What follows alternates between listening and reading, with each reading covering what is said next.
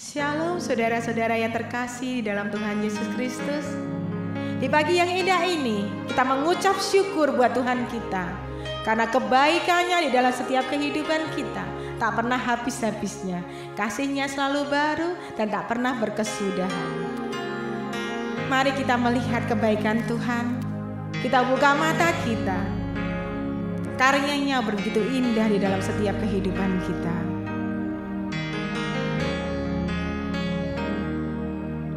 Bila ku buka mataku dan melihat wajah-Mu, ku terkagum.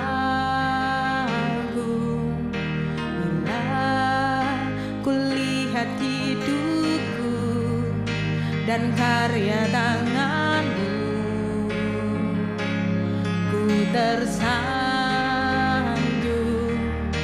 karena semua yang baik dalam hidupku itulah karya-Mu. Kau beri kesempatan yang baru dan ku ingin mengenal-Mu, Tuhan, lebih dalam dari semua yang ku kenal. Tiada kasih yang melebihi-Mu. Ku ada untuk menjadi menyembah-Mu.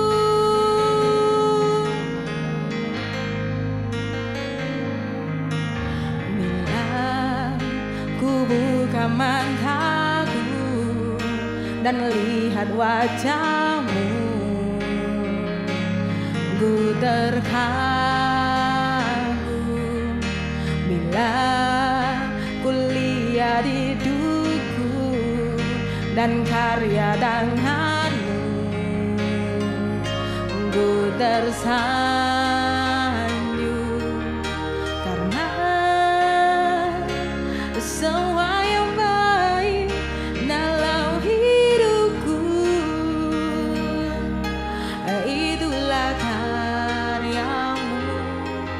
Kau beri kesempatan yang baru dan ku ingin mengenal-Mu, Tuhan, lebih dalam dari semua yang ku kenal.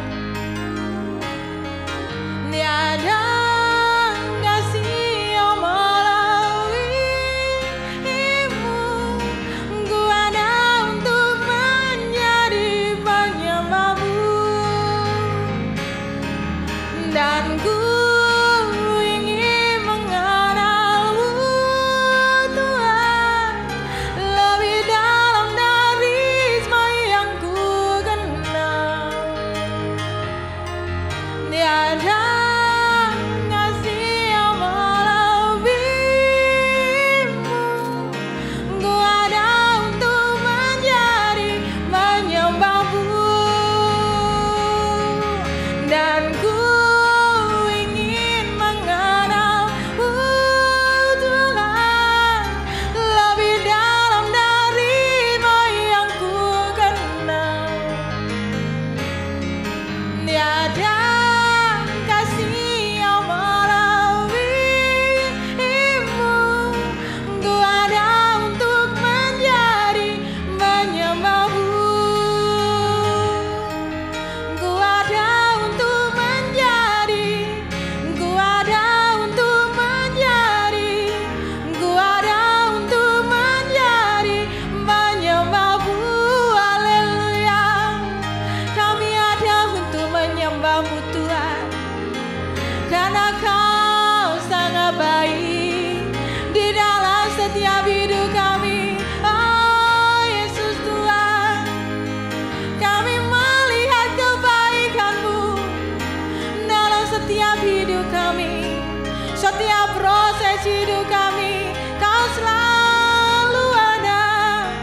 Oh Yesus Tuhan, kudus-kuduslah nama-Mu.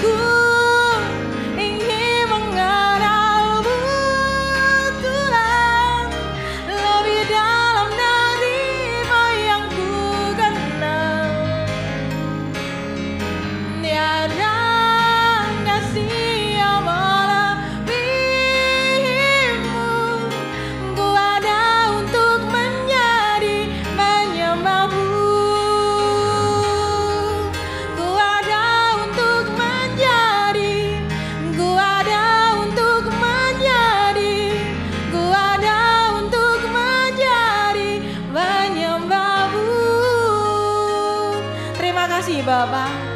Kami mengucap syukur Tuhan buat kebaikan-Mu di dalam setiap kehidupan kami. Di dalam setiap proses hidup kami, di dalam setiap cerita kehidupan kami, Kau selalu ada, Kau selalu pegang tangan kami Bapa. Jika pagi hari ini Tuhan, kami siap untuk mendengarkan sabda firman-Mu. Berbicaralah pada kami. Biarlah firman-Mu Tuhan menjadi suatu rema di dalam kehidupan kami yang menuntun setiap langkah kehidupan kami. Berkati hamba-Mu yang akan menyampaikan firman-Mu Tuhan pada pagi hari ini. Haleluya, amin. Oke, salam saudara yang terkasih dalam nama Yesus. Kita akan belajar kebenaran firman Tuhan. Tema gereja kita yaitu tentang kriteria mempelai Kristus. Saya beri subtema mempelai Kristus vs mempelai dunia. Wow, saudara yang terkasih dalam nama Tuhan, berbicara mempelai, kalau dalam konteks ini konotasinya memang kita sebagai gereja, sebagai orang yang percaya, kita disebut mempelai Kristus, di mana ketika nanti perjamuan kawin anak domba kita bertemu di awan kemuliaan Tuhan, semeja sehidangan dengan Tuhan. Tetapi hari ini kita akan belajar mempelai Kristus vs mempelai dunia. Saudara yang terkasih, mungkin saudara sebelum menikah, bayangan saudara pasti yang indah-indah, pasti yang wow, yang spektakuler. Anda akan berbicara begitu indah dan banyak hal-hal yang mungkin perlu Anda capai sebelum Anda menikah dengan pasangan saudara. Itu standar dunia. Tetapi standar kita sebagai orang yang percaya, sebagai gereja Tuhan, sebagai mempelai Kristus, ada standar tertentu di mana kita nanti bisa satu meja, satu hidangan bersama dengan Tuhan di perjamuan kawin anak domba. Apa saja standarnya tadi? Karena harus ada perbedaan ya di sini, karena konteksnya kita akan belajar mempelai Kristus vs mempelai dunia. Yang pertama, untuk kita menjadi gereja atau mempelai Kristus, yang pertama paling mendasar yaitu apa? Mengasihi Tuhan Yesus sebagai mempelai pria. Kita buka dalam Matius pasal 10 ayat yang ke-37, demikian bunyi firman Tuhan. Barang siapa mengasihi bapa atau ibunya lebih daripadaku, ia tidak layak bagiku. Dan barang siapa mengasihi anaknya laki-laki atau perempuan lebih daripadaku, ia tidak layak bagiku. Artinya apa? Standar yang pertama untuk kita sebagai gereja Tuhan atau mempelai Kristus, kita harus mengasihi Tuhan lebih dari segalanya. Bahkan di-compare, dibandingkan di sini, kalau kita mengasihi ibu atau bapak kita lebih daripada Tuhan, kita tidak layak di hadapan Tuhan. Artinya, poin paling mendasar kita sebagai gereja Tuhan atau sebagai mempelai Kristus yang pertama, mengasihi Tuhan lebih dari segalanya. Itu poin paling dasar, poin yang paling sangat dasar. Tetapi justru ini yang paling sulit, bukankah begitu? Oh iya, karena ada banyak orang memilih keluarga, memilih pasangan yang beda iman daripada Kristus. Padahal justru sebetulnya ini paling dasar loh. Untuk kita menjadi gereja Tuhan atau mempelai Kristus nantinya, ini paling dasar. Tetapi ada banyak anak-anak Tuhan yang justru meninggalkan Tuhan di poin yang dasar ini tadi. Lebih mengasihi dunia, lebih mengasihi pasangan yang beda iman, lebih mengasihi pekerjaan daripada Tuhan, lebih mengasihi jabatan, rela menjual iman daripada Tuhan. Padahal ini poin paling dasar apa? Mengasihi Tuhan lebih dari segalanya. Itu poin paling penting dan paling mendasar di mana kita sebagai mempelai Kristus atau gereja Tuhan. Itu sangat mendasar sekali saudara. Jadi kalau kita ingin tetap bercita-cita semeja seperjamuan di perkawinan anak domba nantinya, poin paling penting adalah mengasihi Tuhan lebih dari segalanya. Kalau saudara bayangkan ada pisau di leher saudara, pilih Yesus atau mati. Kalau saudara benar-benar mengasihi Tuhan Yesus lebih dari segalanya, pasti saudara akan pilih Yesus.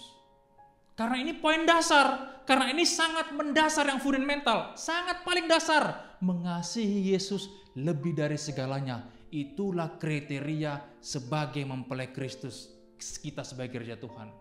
Beda dengan kriteria atau mempelai dunia. Kalau dunia itu, untuk menjadi mempelai wanita saja nggak perlu dewasa, nggak perlu mengasihi, asal ada uang jadi. Oh iya, zaman sekarang ngeri men. Aduh, hati-hati.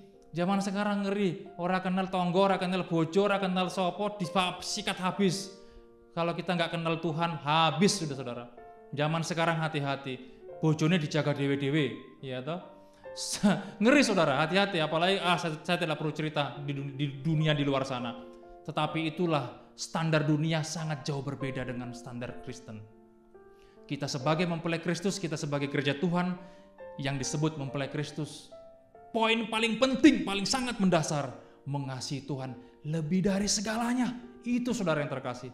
Kalau kita masih belum punya poin pertama ini, kita untuk next level sulit, berat. Karena apa? Karena nanti di tengah perjalanan ada tawaran yang itu sepertinya lebih bagus dan lebih menjanjikan menurut dunia.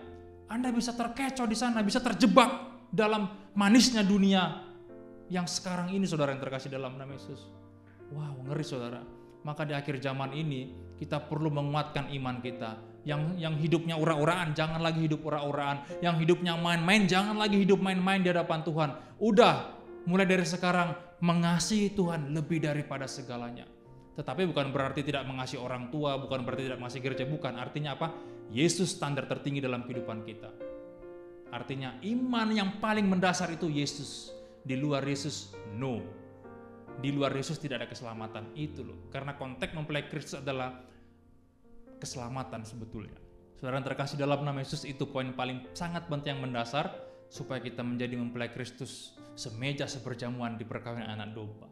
Dan poin yang kedua adalah di sana, yaitu dewasa. Efesus 4 ayat yang ke-13. Efesus 4 ayat yang ke-13, demikian bunyi firman Tuhan. Efesus 4 ayat yang ke-13.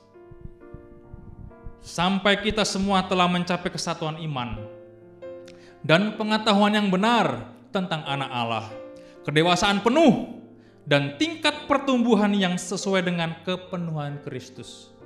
Jadi untuk kita gereja Tuhan sebagai mempelai Kristus, yang kedua adalah dewasa. Kalau mempelai dunia, standar dunia sebagai mempelai, entah itu pria atau dunia, itu tidak perlu dewasa.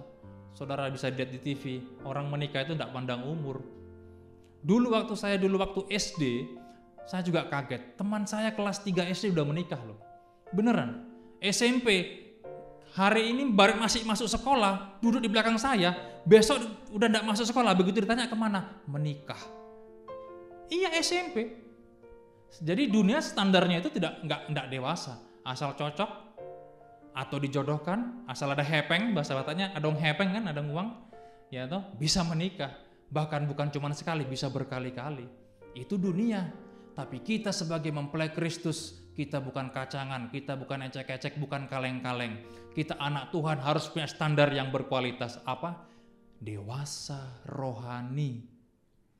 Wes, mulai hari ini jangan terlalu banyak sambat. Wes toh, mulai hari ini jangan terlalu banyak mengeluh, sitik-sitik sambat, sitik-sitik mengeluh, sitik-sitik menggerutu, sitik-sitik menyalahkan Tuhan. No, jangan saudara. Kapan kita dewasa dalam hidup ini? Di gereja sedikit-sedikit kecewa. Walah, kalau saudara ke gereja terlalu memikirkan kecewa, itu terlalu kecil. Dimanapun Anda berada, akan ada orang yang mengecewakanmu. Itu sudah pasti. Karena dalam hidup ini, manusia menajamkan manusia, besi menajamkan besi. Itu sudah pasti, itu sudah hukum firman Tuhan. Jadi, westo, zaman sekarang kita sebagai mempelai Kristus, perlu yang namanya dewasa dalam hidup ini. Janganlah kita cengeng. Wah, pasang status yang, kadang-kadang nyindir lah, kadang-kadang inilah, ngelek-ngelek morotua, ngelek-ngelek bojo, ngelek-ngelek konco kerja, ngelek-ngelek gereja. Alah, no, itu cemen, itu enggak mempelai Kristus yang sejati seperti begitu. Kita sebagai anak Tuhan, mempelai Kristus yang sejati, kita harus dewasa. Wow, sampai kita semua telah mencapai kesatuan iman dan pengetahuan yang benar tentang anak Allah. Jadi fokus kita dalam hidup ini pengetahuan akan Allah, bukan pengetahuan akan isi hati orang. Kayak kono ngerasain aku ya. Lah kono sawangannya kok kayak gini. Ulatane peteng banget. No, itu halus. Jangan pikirkan hal yang sepele, itu hal-hal yang sampah lah, saya pikir seperti begitu. Wes, fokus cari Tuhan, cari Tuhan, dan cari Tuhan. Itu yang paling terpenting. Kenapa? Ketika kita cari Tuhan, kita akan siap menjadi mempelai Kristus yang dewasa. Itu yang paling terpenting dalam hidup ini.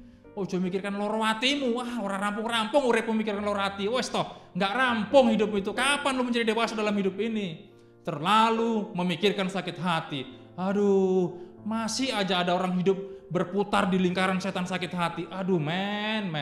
Wes toh, kita sebagai orang percaya dewasa rohani lah. Bagaimana caranya? Udah dijelaskan di sini sampai kita semua telah mencapai kesatuan iman dan pengetahuan yang benar. Carilah pengetahuan yang benar tentang Allah. Jangan cari isi hati orang bagaimana tentang dirimu. No. Wow, saudara yang terkasih dalam nama Tuhan Yesus Kristus. Poin yang ada 5 poin, tapi yang terakhir aja yang ketiga. Yang ketiga adalah menggunakan lenan halus. Lenan halus itu kalau kita baca di Wahyu itu perbuatan yang benar.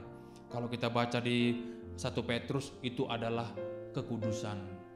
Nah, saudara yang terkasih dalam nama Yesus, kita sebagai gereja Tuhan tanpa kekudusan tidak akan bisa melihat Allah, kata 1 Petrus 5 ayat 15. Jadi yang terpenting dalam kehidupan kita, selain kita mengasihi Tuhan dewasa, hidup kudus dan benar. Itu standar yang paling luar biasa. Kalau standar dunia tidak perlu hidup kudus, mempelai menurut dunia tidak perlu kudus, mereka mau menikah standarnya tidak perlu kudus. Bahkan Allah sudahlah, saudara tahu sendiri dunia luar sana. Tetapi kita sebagai gereja Tuhan di mana Tuhan akan segera datang, mari kita kenakan lenan. Apa itu lenan halus? Apa itu perbuatan benar? Mari kita kenakan perhiasan. Apa itu hidup kekudusan? Saya pikir singkat saja. Tuhan Yesus memberkati.